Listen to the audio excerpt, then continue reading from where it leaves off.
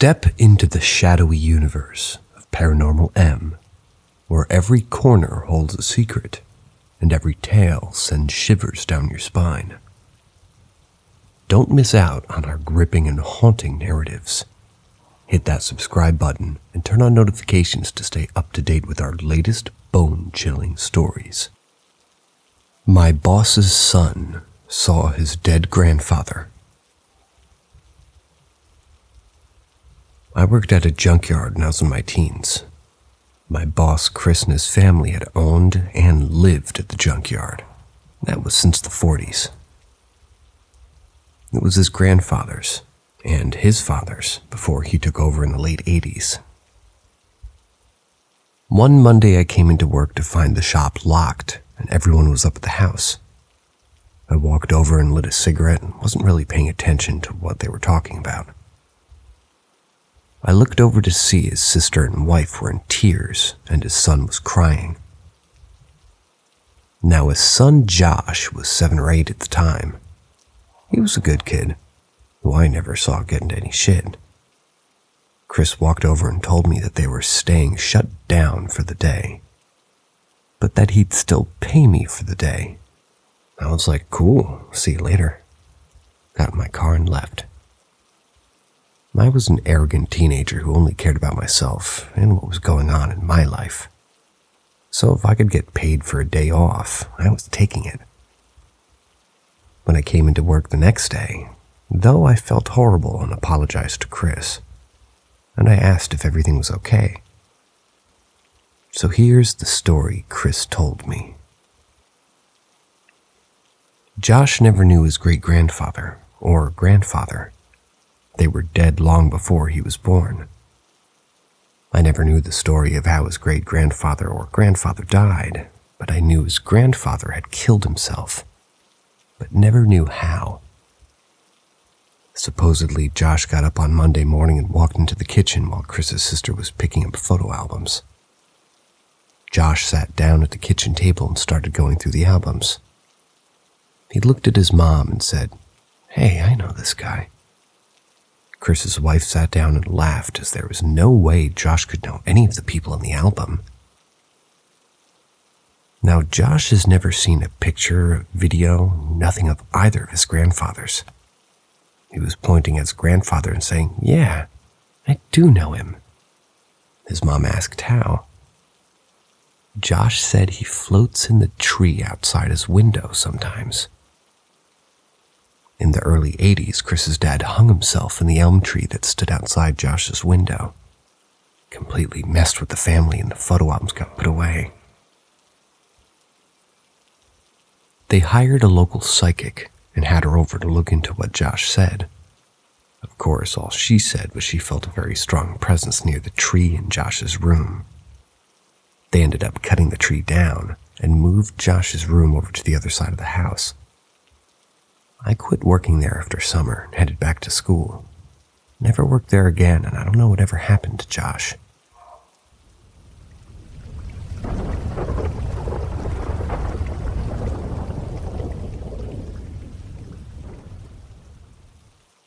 My experience working deep sea. This was about 6 years now, in early 2014. I'm a merchant mariner, and at the time was working on an American-flagged car carrier in the engineering department as an oiler. My whole life growing up, I've had some rather strange things happen. I've seen some things, felt some things, but this is the first time I've had it happen on a ship I was working on. I was on the midnight to noon watch with the 3rd engineer. When I was in the middle of my reading one evening, I happened to notice an orange blur in my peripheral vision on the deck below, which was the lowest deck in the ER. I turned my head and caught just a glimpse of orange coveralls walking down the shaft. This wasn't an engineer or anyone else in engineering, as we didn't wear coveralls. Our work outfit consisted of cargo and mechanic pants, and whatever shirt you owned. The deck guys, however, did wear orange. So I finish up my reading and walk down the lower level to find him, the guy. Thought maybe it could have been the AB on that night. They were the watch, but they don't make rounds in engineering spaces, but whatever. So I go down there and no one's there. Whatever, probably just tired, I thought. I finished my rounds. After finishing up, I turned in the sheet to the third in the control room, then stepped back out to go start on a project when I saw the door to the tool room and machine shop was closed. Again, I thought probably a decky down here to steal a tool or something. So of course I go to the shop, and as I entered the shop, the door to the storage room was just closing. I continue to follow, but there's no one in the storage room, and the only way out would be through the steering and up into the main cargo deck. I continued in steering, gave a quick glance around again. I found nothing. On my way out, I glanced into the hydraulics room and I finally saw him. He was facing away from me, looking at a panel, and I almost just walked past. I caught myself mid-step and shouted over the sound of the steering pumps to get his attention. The man jumped and was turning around when the ship lost power. Losing power was nothing new. This ship has had a faulty shaft generator for a while. It was pretty standard. I didn't think anything of it until I got my flashlight out of my pocket. The man was gone. Like he was never there. I looked around, but nothing. I was starting to get a little nervous and jumpy at this point. But right before panic had set in, the diesel generators kicked in and lights were restored.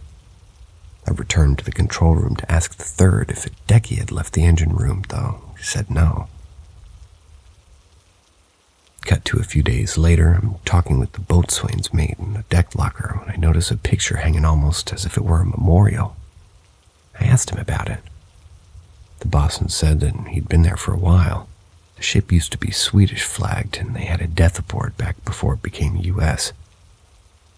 I sort of went quiet, then told him what I saw a few days ago, and he just goes, "Oh yeah, we catch glimpses of them roaming the cargo deck sometimes too." I didn't have anything else happen that trip, and we even got the shaft generator fixed in the next port, but still it was sort of wild having that happen in the last place I'd ever expect.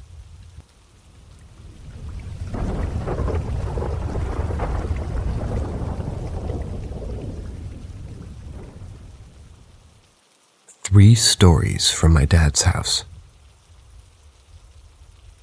My first experience happened when I was just a couple of months old. Clearly, I don't remember it, but my dad does. And I had my first memorable experience when I was 6. Things seemed to follow me, or maybe I just ended up in the right place at the right time. Whatever the case, I've had more experiences in 26 years than most people will have in their lifetime. A large chunk of those experiences happened at my dad's house. It's a tiny 5-room bungalow built in the late 30s or early 40s. Metal siding, a small attic, and an even smaller root cellar with an eerie crawl space. It sits on about a half-acre of land in a small town that, quite frankly, has a strong, foreboding vibe all on its own. Beyond the backyard is a small cornfield. Beyond that are woods with a small swamp running through it. That swamp has some stories of its own from what I remember. My dad bought the place when I was 15. I wasn't as excited about moving out of a rusted ancient trailer as I should have been. Dad had spent 2 or 3 years looking for an actual house for us. We must have looked at over 40 houses in that time, some better and prettier than the bungalow. The first question he asked me the day we started moving our stuff was, "What do you think? Is this place haunted?" And I said, "I don't know, but it feels weird." I moved in with him full-time when I was 18. Divorced parents, shared custody. That was when things started to get spooky. 1. It wasn't long after Dad bought the place that things started happening, although he didn't tell me about them until I started experiencing them. I'd often smell a smoky floral perfume moving through the house. Sometimes it just smelled like roses. It never stayed in one spot. Dad said he smelled it a lot. Sometimes it was so strong that it woke him up. 2.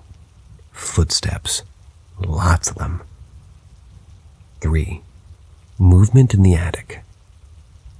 There's only one way into the attic, a drop-down door above where my bed used to be.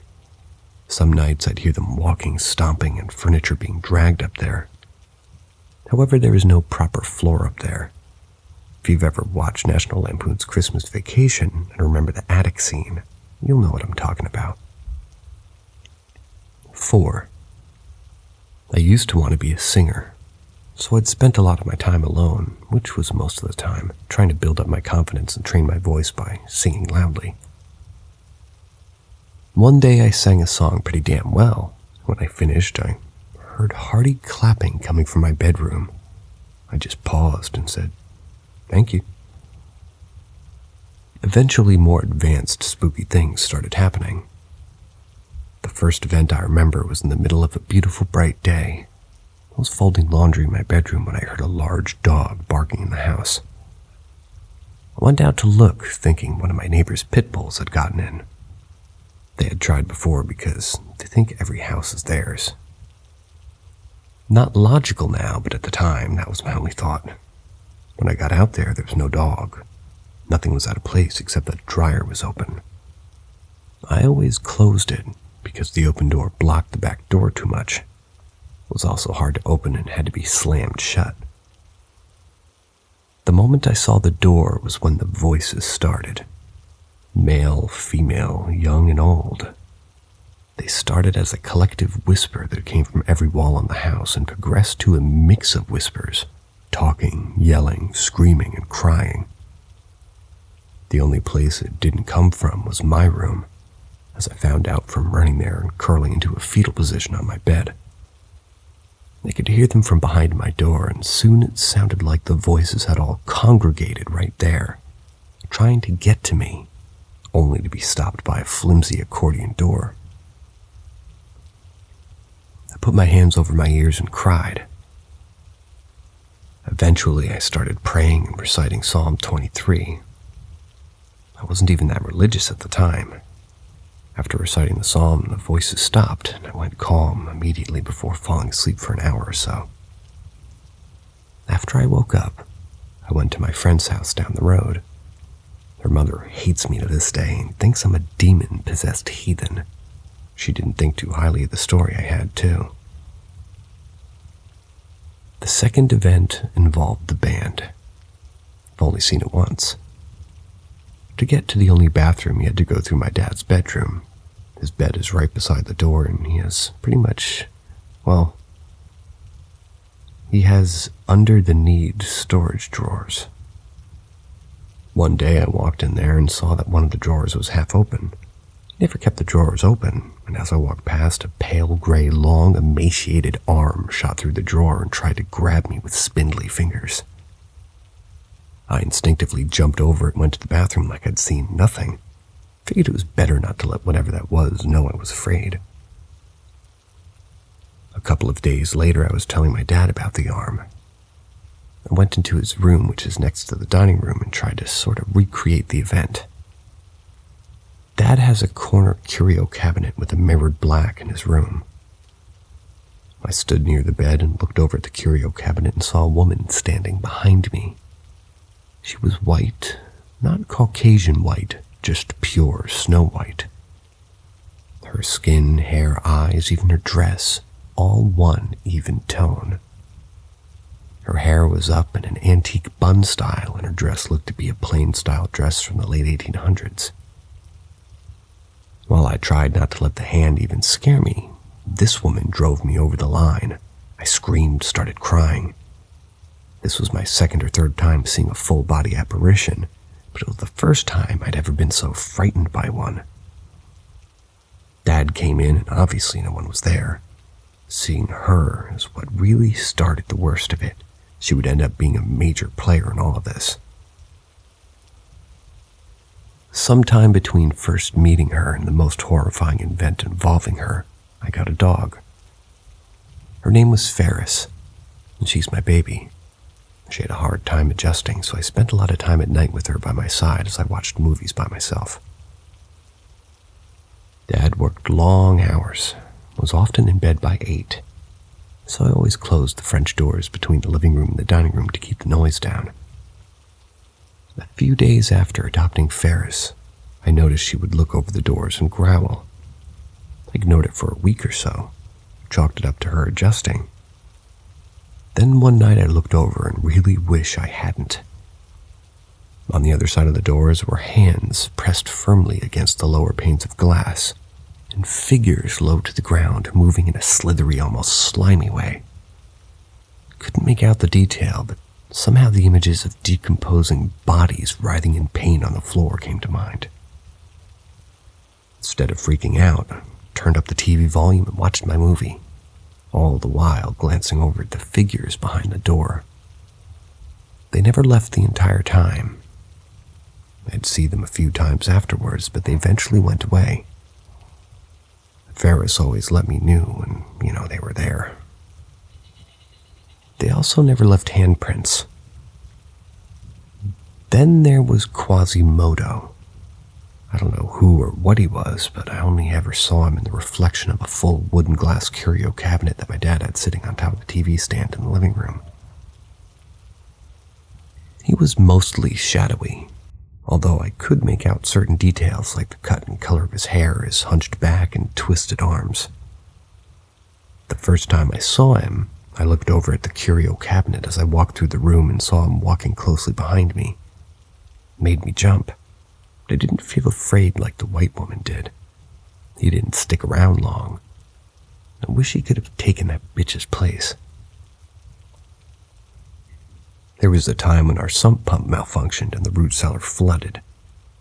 I was woken up by my dad yelling up from beneath the floors. "We got a fucking problem down here."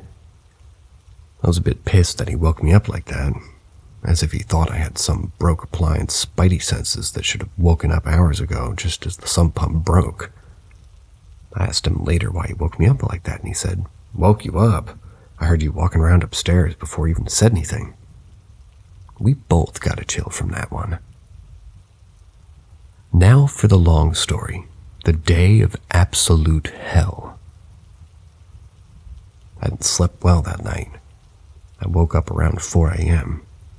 I know this because I could hear my dad out in the kitchen making coffee before he went to work. I'd been woken up to the feeling of someone's entire hand covering my face, using their fingertips to grip tight. I laid still for a while and hoped that it was a dream, sleep paralysis maybe. But I could move. When I looked up at the wall, I saw something so incredibly surreal. I used to have a beautiful handmade yarn shawl that I got at the thrift store. I kept it hung up on my wall because it was so beautifully made that I considered it a work of art. Popping out of the neck hole of the shawl was a human head. Pale gray, had dark, almost childlike features, but there was something so menacing about it. I stared at the head for a long time. It stared back at me, expressionless, and only blinked a couple of times. I eventually heard my dad leave, and I ran to turn on the light. It never broke eye contact with the head, and it never broke eye contact with me. Just like something out of a cheesy horror movie flick. The moment I turned the light, the head was gone. I tried going back to sleep with the lights on, but couldn't. I sat out in the living room and watched TV until 7 a.m. About that time, I felt like my heart was being crushed from within my chest. I saw a pale, transparent figure standing in front of me with its hand to my chest. I recognized it as the white woman and tried to get up. Somehow she held me down. I reached for my phone to call my mom, but for some reason the call wouldn't go through. Texts did, though. I sent my mom a play-by-play of what was going on and told her how scared I was and how I thought the woman was trying to kill me. Of course she was. I used to have screenshots of the texts I sent to my mom, but they'd become lost after an old phone I kept them on died. The white woman vanished just as I felt like I was going to pass out, maybe die. I got out of my chair and ran outside. One of my neighbors was out at her car, about to go to work. She knew we believed the house was haunted, but never judged us for it, so I ran to her and told her what was going on. She tried to calm me down and told me everything would be okay. She said to call her if anything else happened and she would pick me up and just take me back to work with her. I went back inside and immediately regretted it. Walking past my dad's room gave me a terrible feeling. I peeked inside and saw the woman standing in the corner with her back toward me, her chest and shoulders heaving as she was taking long, labored but silent breaths. I didn't stick around. I grabbed my purse and keys and ran back outside just before my neighbor was about to go to work. I frantically told her what I saw. If there was any doubt in her mind, it was gone now. She saw how stressed and terrified I was. She walked over to look at the house and then turned to look at me. Behind her, I saw the woman's face staring at me through the kitchen window. I shrieked and watched as the face quickly ducked back to the right. The direction she moved is illogical, since there's a cabinet, sink, and wall there. Sometimes I wonder if she left the house for a moment. My neighbor explained to her bosses and coworkers that I was with her because I had some home issues and needed to get out of there. I'm sure they all thought I was on drugs just by looking at me. I was sleep-deprived mess, mismatched clothes and slippers. At one point, I even tried sleeping on a couch in the lobby. Couldn't sleep. I tried sleeping in a conference room. Couldn't sleep. I wandered the building for a while and eventually made my way to an unused cubicle across from the neighbors. The rest of the day is a blur. Things sort of calmed down after that. There were small experiences here and there, footsteps and smells. I moved out shortly after there for various reasons. I've only been back twice. Dad says those small things happen from time to time, but nothing too big. My experiences in general have slowed down. Maybe it's because I'm not seeking anything out. Maybe it's the stress of the tangible world overshadowing anything that might be trying to show itself to me. Sometimes I miss it. Most of the time I look back at all the otherworldly bullshit I've seen and think, nah, I'm good.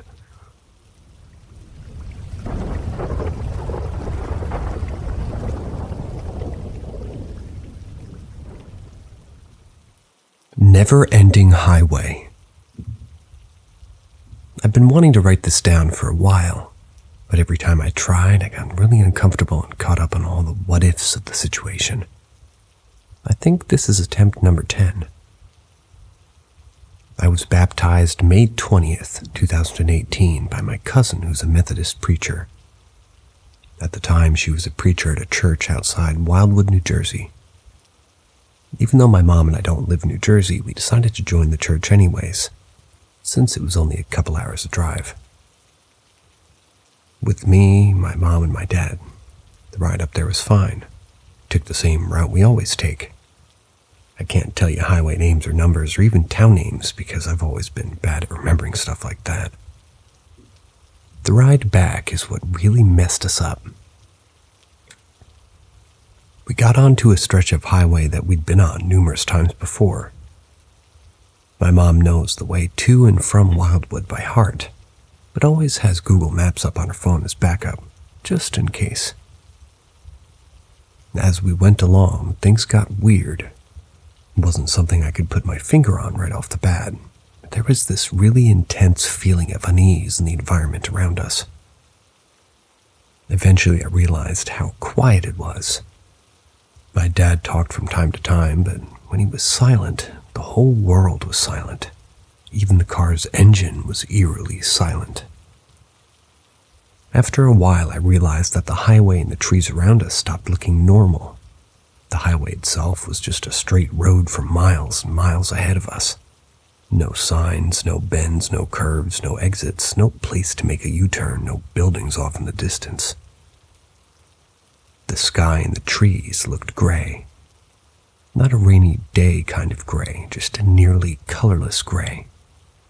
I looked over at my mom's phone, which still had maps up, and realized that we were kind of being directed to make a U-turn at some unseen turnoff. Looking at maps, there was nothing around us, just one long, straight highway.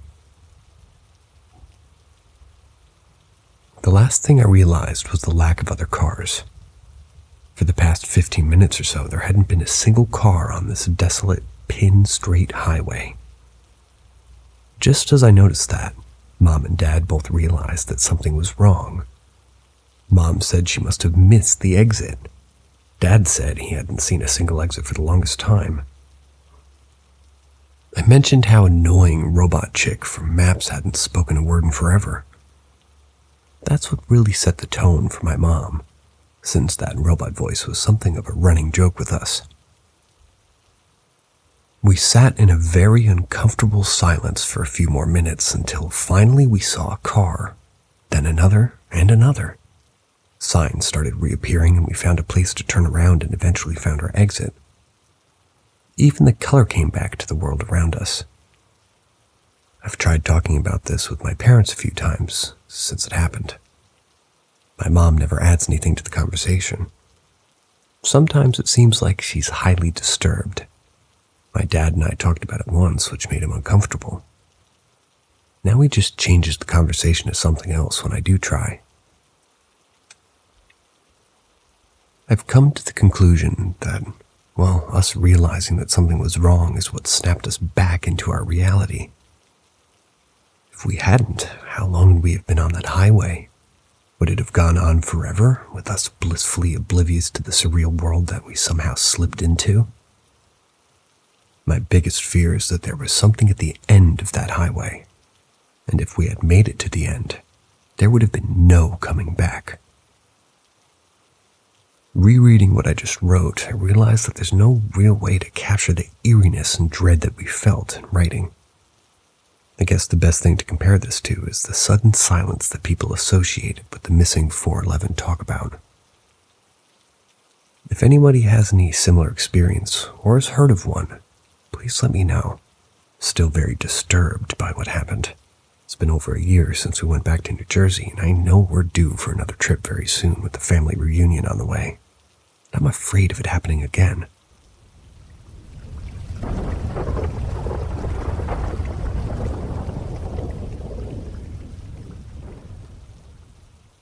My experience living in a haunted house.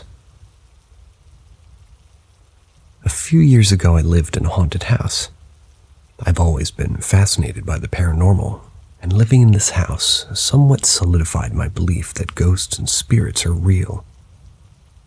I think it's time to finally share my stories, as I find so much enjoyment in other people's stories in the sub. This one's going to be a long one, so buckle up. A few years ago, I moved into a small town on Vancouver Island called Tofino. Indigenous people had lived there for hundreds of years, but upon colonization, a residential school was built on an island across from the town, which didn't close until 1983. Lots of children died at these schools from malnourishment, physical abuse, lack of medical care, and many suffered horrific sexual abuse from the staff. Currently, the town is now owned by rich people with vacation homes, while the indigenous people have been pushed to a reserve outside of town. I believe that the genocide and abuse that took place in that town is the cause of the hauntings. Now that you have some context to the history of the town, I'll start my story. So I arrived in town and right away found a house to live in. I was placed in a makeshift storage room the landlord had made by hammering a big piece of plywood onto the end of the kitchen. My first night sleeping there, I remember lying in bed and having the unnerving feeling that I was being watched.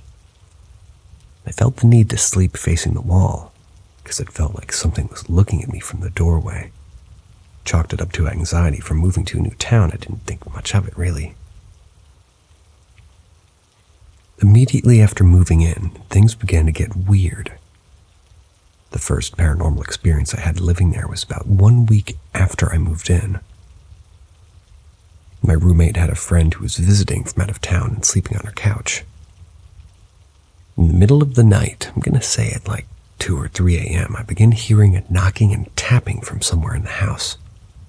This knocking proceeded to slowly move around the house.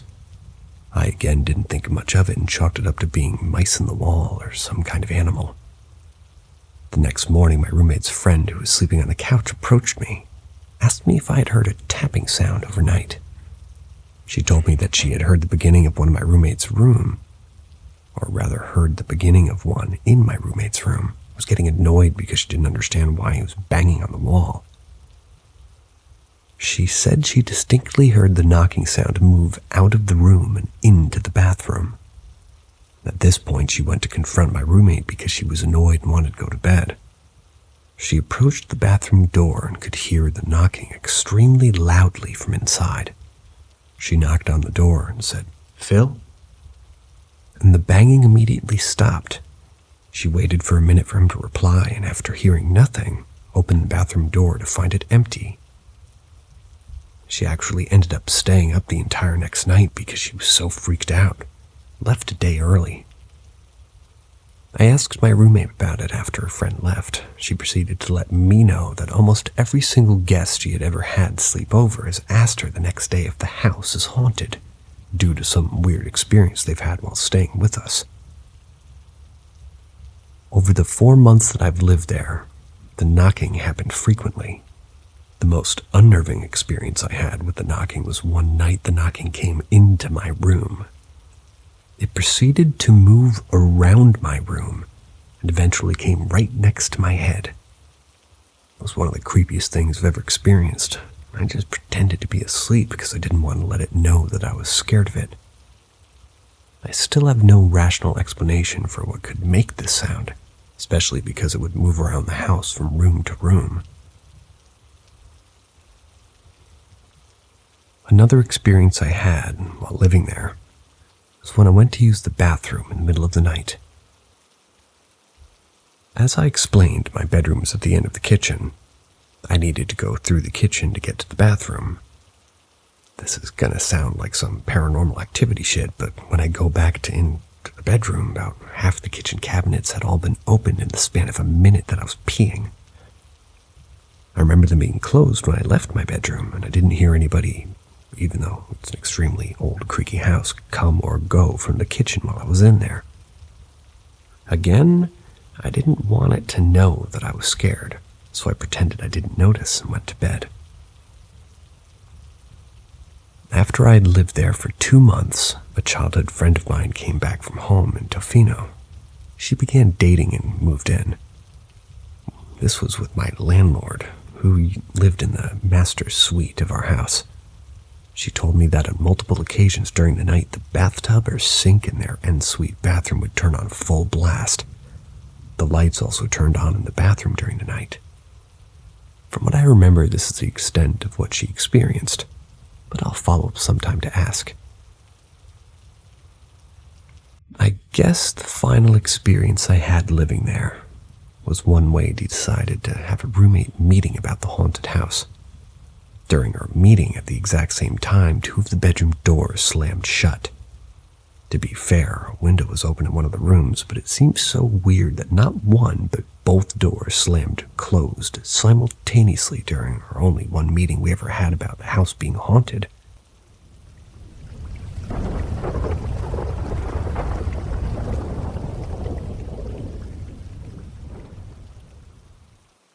Potential vampire/Hatman sighting. Need opinions and thoughts.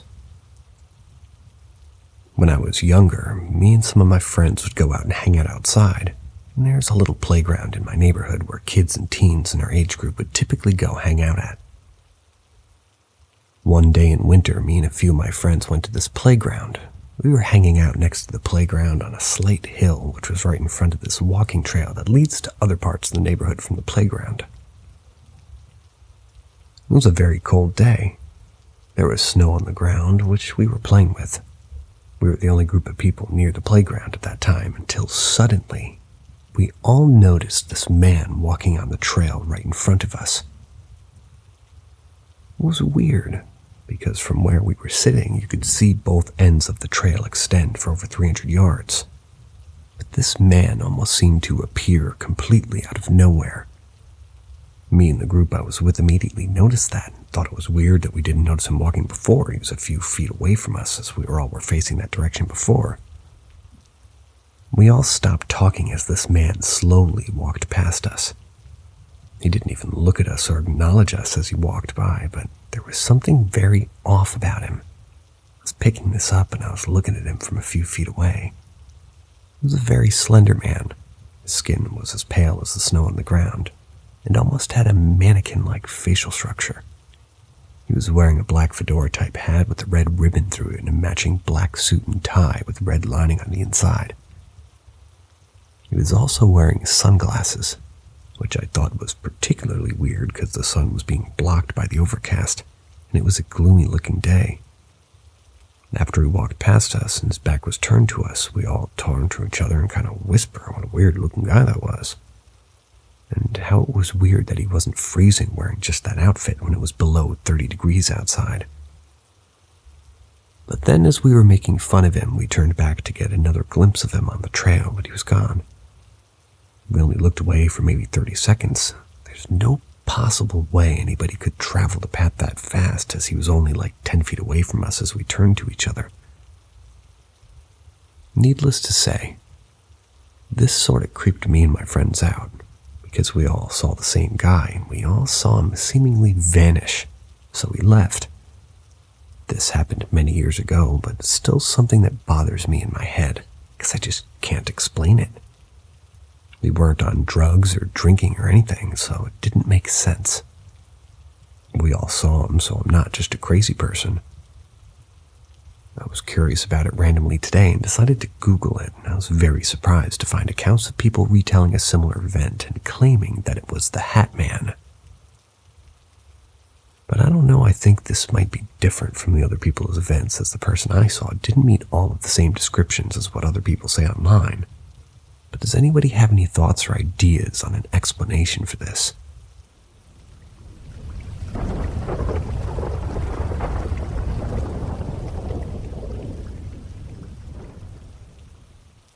The Hot Ghost. This was the only paranormal thing that ever happened in my life, and it happened shortly after I started working some 20 years ago. My parents and I were living in my brother's house. He had this big-ass master bedroom with an ensuite bath. Shortly after he got married, he bought another condo and moved out with his wife. My parents didn't want the master bedroom, so I quite happily snapped it up. I checked it out with the big screen HD TV, nice glass desk, big comfy sofa. It was like my own little bachelor suite. One day during the week, I was just happily watching TV on my couch. It was daytime, my parents were out. Suddenly a loud glass shattering sound came from the desk behind me.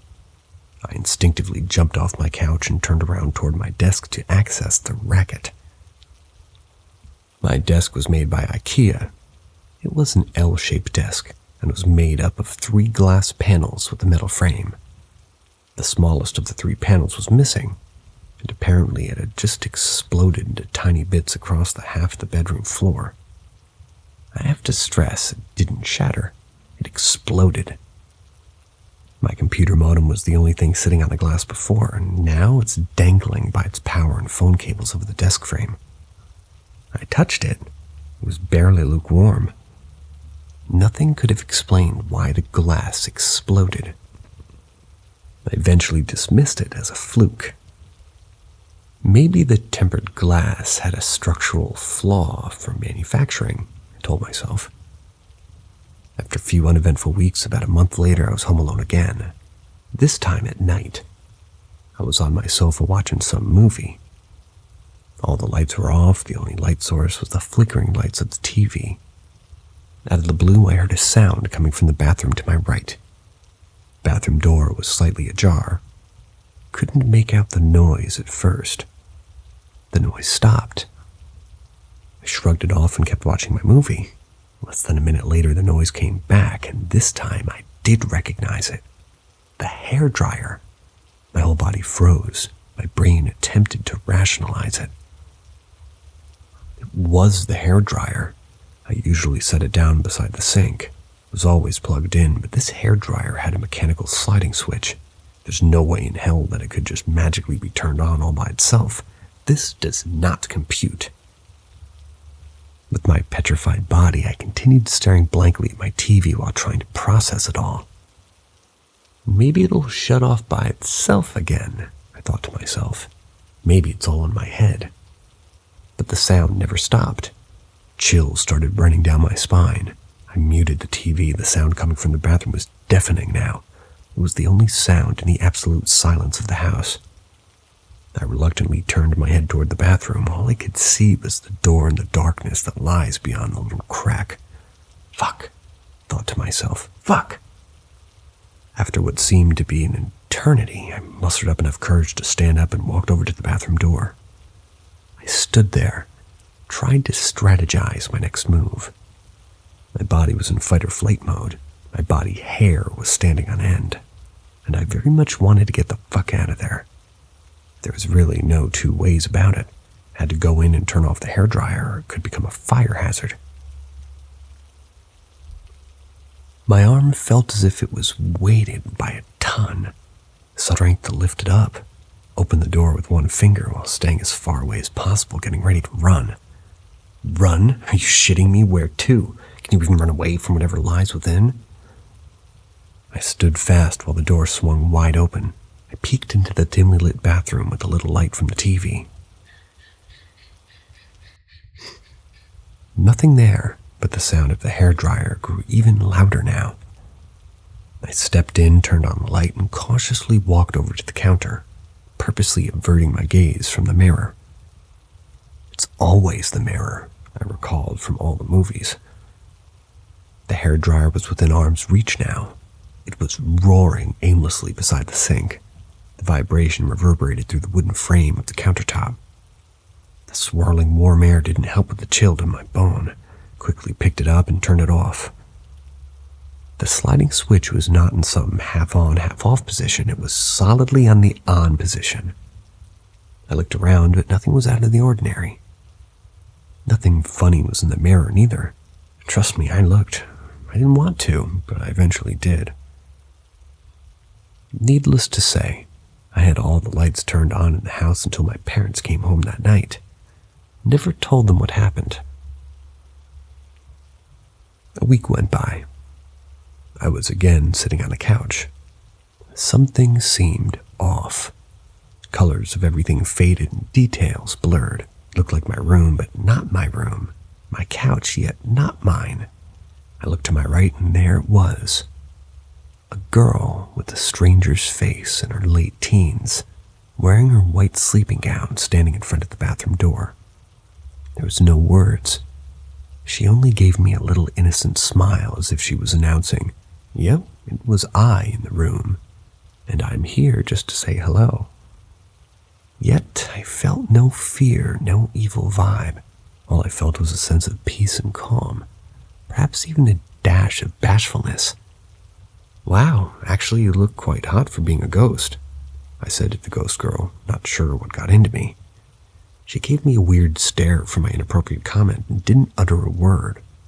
That's when I woke up, and nothing strange ever happened again. I might be the first human being ever to weird out a ghost. And yes, got ghosted by a ghost.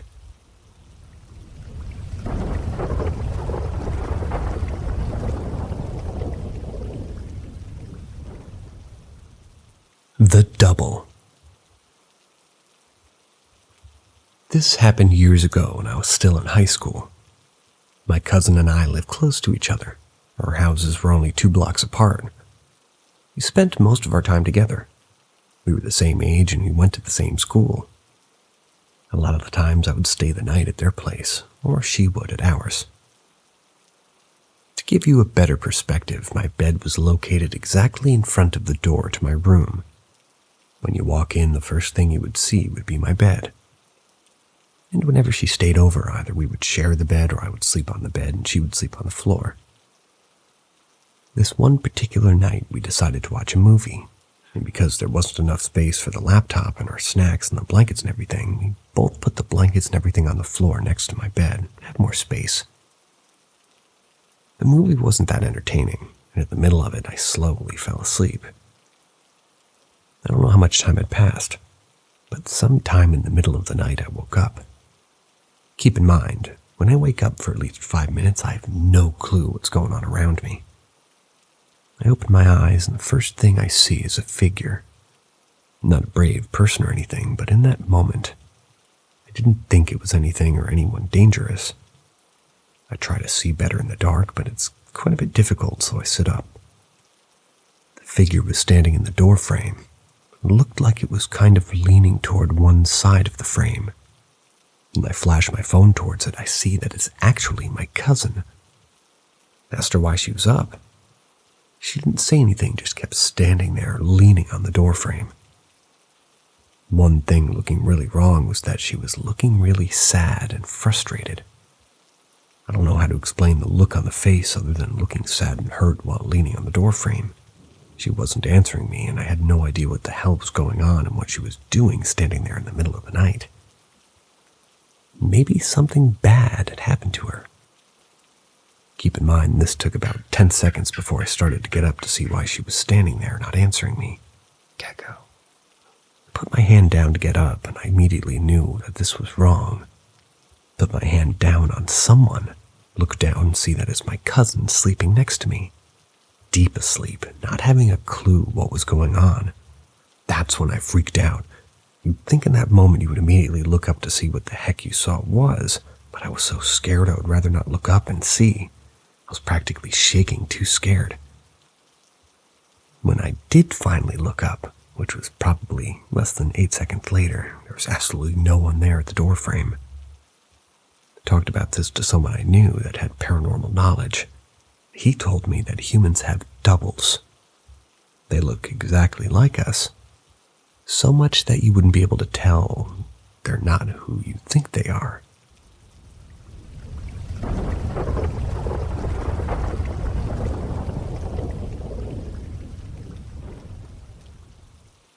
Old house, spooky shit. Hey, so I lived in a 90-plus-year-old house in Kentucky for about 6 years. And throughout all 6 years, I've heard weird stuff. I'm almost 18.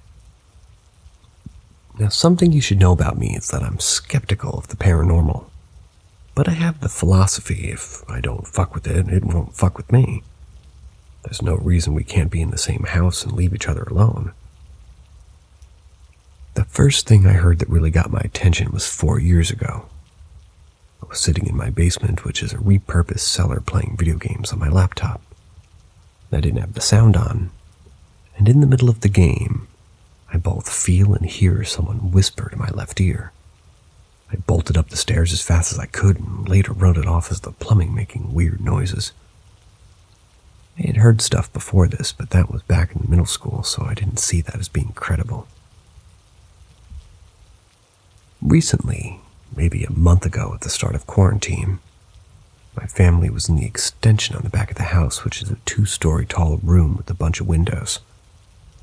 At 8 or 9-ish, we heard rather heavy footsteps on the roof. There was no possible way somebody could have got up there. My mom's reaction was, "Yeah, what the fuck, is that a ghost?" I responded, "Don't go investigate the weird sound. That's how people die in horror movies." She proceeded to go investigate. There's a window that looks out onto the roof in my parents' bathroom, so she ran upstairs to check. She didn't see anything, so we laughed it off and said it was probably a ghost. The most recent one, as I was staying up late in my room playing video games online with friends. Around 3 a.m., I feel like I'm being watched. It's that weird feeling where the hair on your neck stands up and you feel almost like a presence is nearby. This is when I felt like there was something outside my second-story window about 2 feet away from me. Looked out and saw nothing. About an hour later, I felt it again and heard the sound of a long scratch on the screen door, like on silk. That sound gives me the goosebumps, like nails on a chalkboard or styrofoam being rubbed together. So I was like, what the fuck, that was weird. Dismissed it as house noises or night sounds. The next morning I looked out that window and found about an 8-inch long rip in the window screen.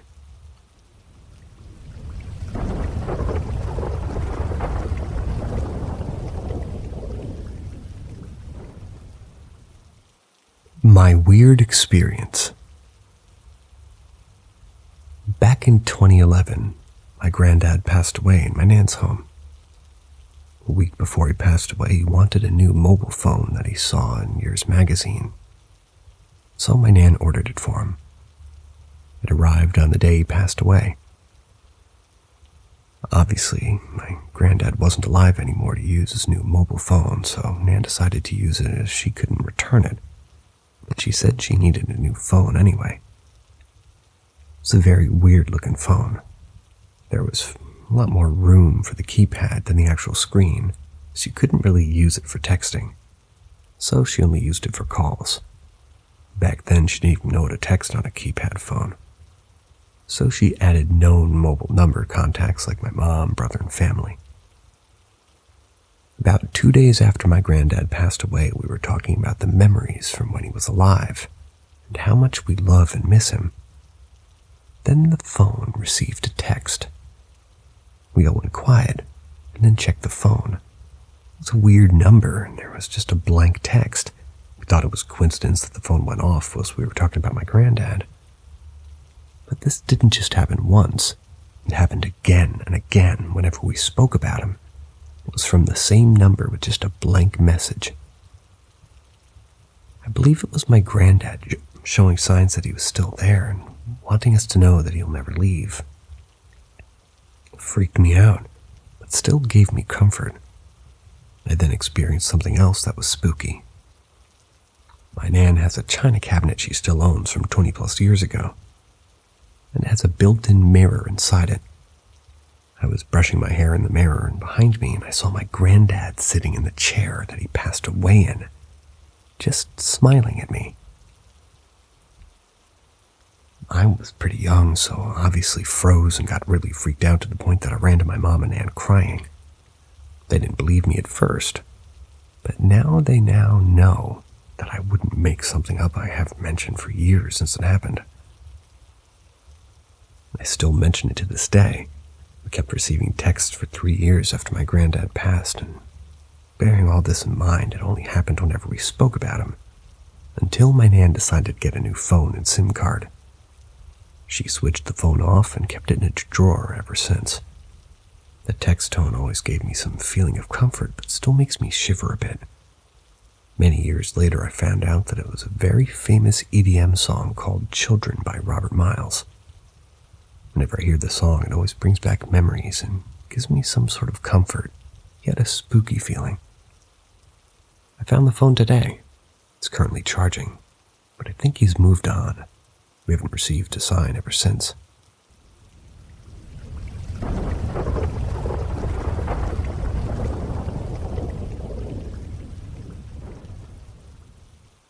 Men in suits follow my grandpa home.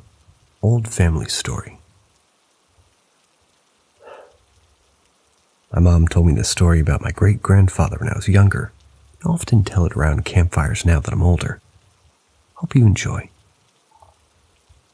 One day as it was reaching dusk, my great-grandfather was on his way home in the countryside of Japan, and the quickest way there was straight through a large empty field. He started on the path, and as he made his way down, he noticed 2 well-dressed men, businessman attire with hats. They had started to follow him. He looked forward and continued on. A few more paces, and he looks back. The 2 men were much closer than before. It was as if they teleported.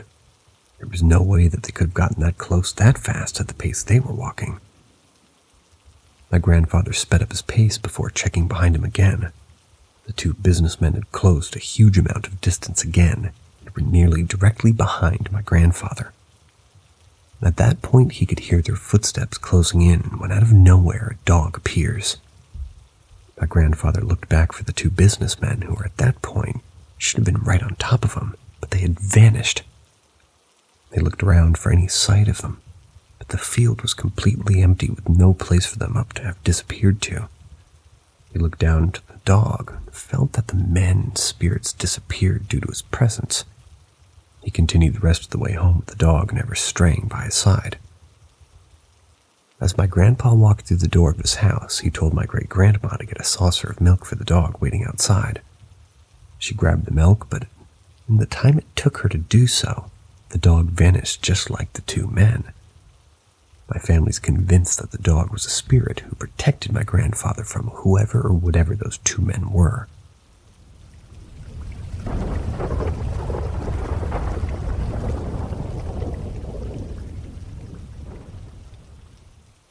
The Shadow Man. This is a story when I was about 6 or 7 years old. One of my neighbors used to babysit some kids my age in the summers.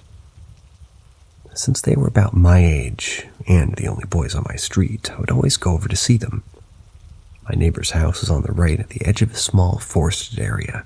There are tons of trees and areas to hide in. There was also a small path cutting right next through the wooded area. So sometimes people would go through my neighbor's yard to get to it. One time I was playing with my friends in my neighborhood's yard, and I looked over at one of the trees. I saw a dark black figure, not like the race black, but shadow black, standing beside it. The figure was pitch black, no facial features, no clothes, nothing. He wasn't like see-through like a shadow is. He was pitch black. He ducked behind the tree before I could get a better look. Told my mom about it, but she didn't think too much of it since I was so young. A few months later, I was riding my bike past my neighbor's yard. I looked over at the trees, and sure enough, he was there. Stared at him for a moment before looking back in front of me, hit the curb, and scraped up my knee. Then I looked back, and he was gone again. This is the last story I have about him. About a year after I first saw him, me and my sister were in my backyard playing on her playset. All of a sudden, I heard my mom yelling for me to grab my sister and come in. My sister was like 3 or 4 at the time. I grabbed her and ran back in, but just before I got inside, I glanced over at the fence. There he was, staring at me and my sister. I asked my mom why she called us in. She told us that it was because she saw the man too, and thought that he was some creep or something. She described it exactly as I had. Never saw him again. Nowadays, I still don't know if it was some sort of spirit or just some type of creepy dude that I happened to see multiple times. My sister was too young to really remember him, but me and my mom still talk about it to this day.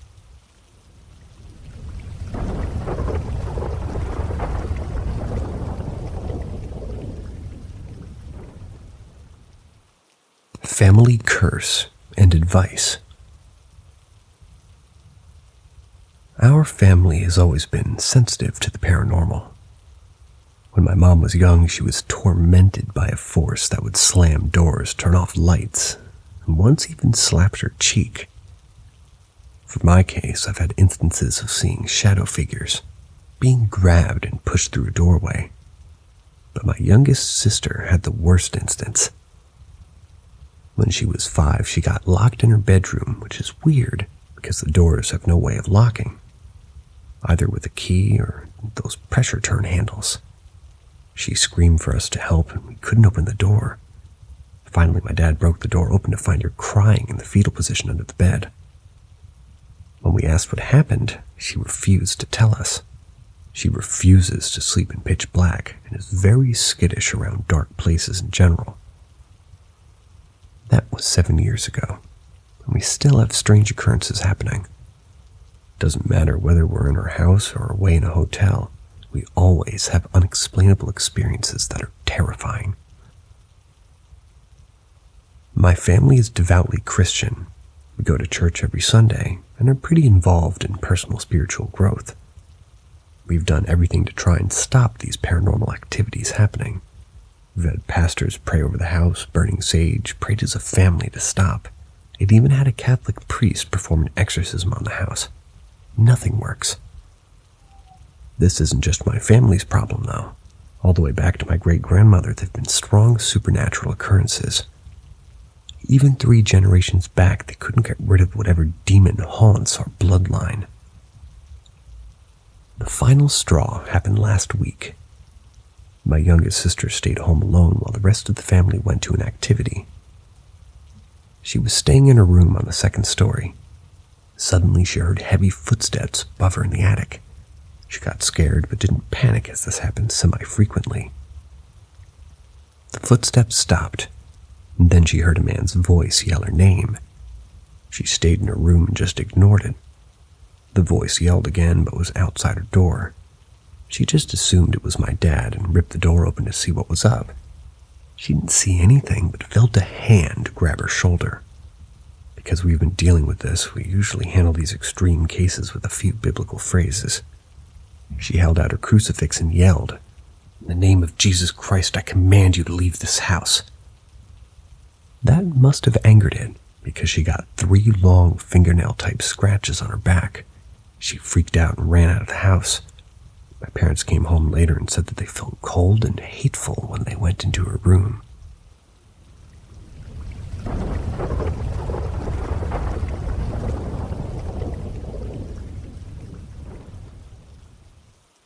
A wholesome encounter.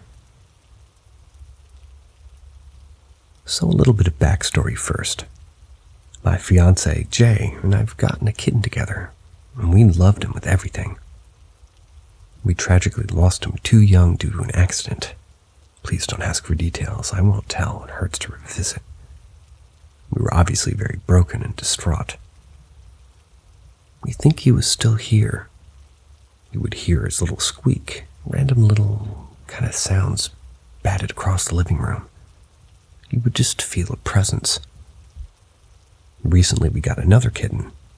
We weren't looking for one, but an abandoned 4-week-old kitten showed up and needed a home, so we took him in.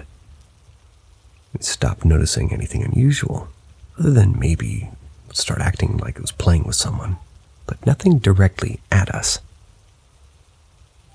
Now for the wholesome encounter. We sleep with our new kitten in his crate next to our room.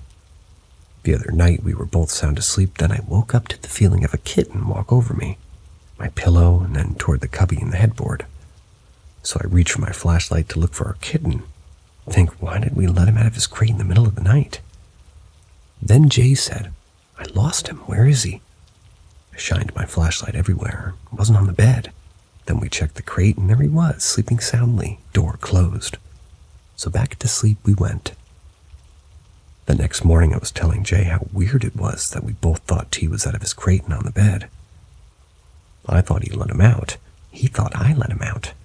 Jay told me he felt a kitten climb over him in the middle of the bed. We stopped and looked at each other and realized what it was. It wasn't T. It wasn't a simultaneous dream. It must have been our first kitten just walking over us to go to bed. I was so happy he decided to visit us again. He's welcome anytime.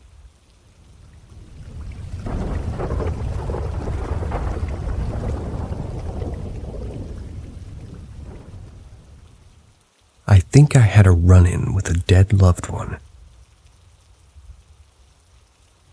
So this was one of the strangest, most intense experiences of my life. I've rarely spoken of it because it felt so surreal. One time I'd driven out of town with a friend to a beach town for the day. We decided to go get a drink before going out to hang out at the beach. I think we both got iced tea and sat outside the little cafe. This little old, seemingly homeless lady walked by, and honestly I would have never noticed if she hadn't stopped. She grabbed my arm, and when I looked at her, she had these eyes. Can't even describe them. I've never seen eyes like that in my life. I don't think I ever will. They saw. I felt like exposed. She told me there's a storm coming. Life is about to get very, very hard for you. You're going to want to give up, and you might, but you shouldn't. You will be given the strength. It'll all end up being okay, just hold on. Something to that effect, because I'm certain that's what she said, but memories aren't so reliable. At this point, for some strange-ass reason, my friend and I are flat out crying. It was just so intense I don't know how to begin to explain what washed over us. The waiter came and shooed her away. Before we left, she turned and she said, "Well, my name, and my name is Isabel." My heart damn near stopped. She walked away. The waiter apologized to us, which was kind of odd as he looked confused. He said he hadn't seen her in the area before. It isn't abnormal for this to happen in that area in the place I lived, but there's a pretty high homeless population. The thing is, the same ones typically stick around the same areas, so it was kind of off that he had never seen her. Not a biggie, but interesting. Now, the two things that made this experience paranormal, or rather spiritual, are as follows. 1. I proceeded to have the 2 hardest years of my life. I did give up. I flat out gave up, but somehow, in some way, I survived and got my shit back together, and even moved to a new country to start an amazing life. Things aren't perfect, but if you had told me that this would be my life in the 2-year period, I would have never believed you. 2. A relative, very, very, very close relative I had lost and been dreaming about was named Isabel. I've always found it off that she didn't open with that. Why did she wait until the end to say it? I'll never know. However, she made sure to say it. I've always wondered if that lady was even a human being. The only person I shared this with was my dad right after the fact, and he also got that overwhelmed feeling and cried as well. He was speechless, convinced it was an angel. I'll never forget how good, well, rather, I'll never forget how he said goodbye to me on that phone call. Well, I guess we need to brace ourselves then, huh? If only he knew what was coming.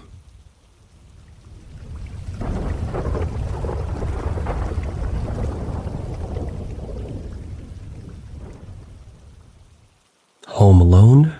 I hope. So it's been pretty clear since a young age that my house is haunted. I saw deceased pets walking about the place, felt the weight and smell, the scent of my old dog on my bed multiple times. My dead grandma visited me in my dreams. There were writings on the ceiling of my bedroom. I even had my own personal demon for months until I was finally able to banish it. However, it's been a few years since I've had a true paranormal experience in my own home.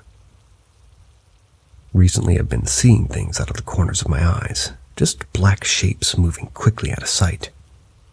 Tonight, I'm home alone for the first time in months. My partner isn't here, my parents are on holiday, and my sister's with their partner at his house. I'm currently taking a break in a now brightly lit room from shutting all the curtains and turning out the lights. Our house is a 3-story Victorian-esque house. It's old. The attic was converted to a bedroom for my parents before I was born, I believe. My bedroom's to the left, at the foot of the stairs leading up to their room.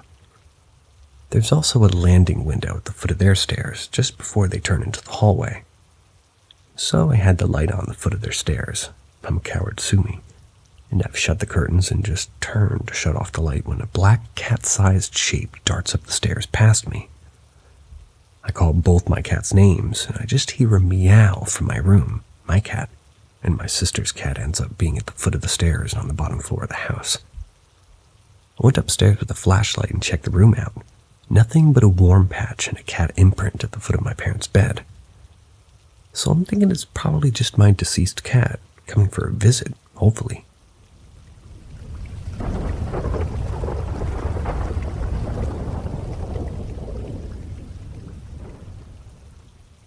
I've had and seen paranormal things and experiences for years, but I can't explain it. It goes back to when I was 8. My mom, older brother, and I moved into a small house. One night after dinner, I was looking down the hallway from the front door. I saw a dark figure. It almost resembled what the Grim Reaper would look like, except this thing had the move, sinister, evil grin on its face. It stared at me, walked into my brother's room. I never saw it leave the room. I'm 23 now, and I've never seen it again. I was 8 at the time. I told my mom and sobbed because I was scared at what I'd just seen. I came from a very religious family, so my mom prayed over the house and everyone in it. About a year later, at nighttime, I began to see black shadow figures with no faces. They would be around my bed at night, and I would sleep with the covers over my head. But every night they would be there. When I was 12, I would have sleepovers and my cousins would stay the night. She would see the dark shadow figures as well. We would run to the living room and try to watch TV and forget about it. We were scared. We didn't know what to do. When I hit my teens, my mom and I moved into a house.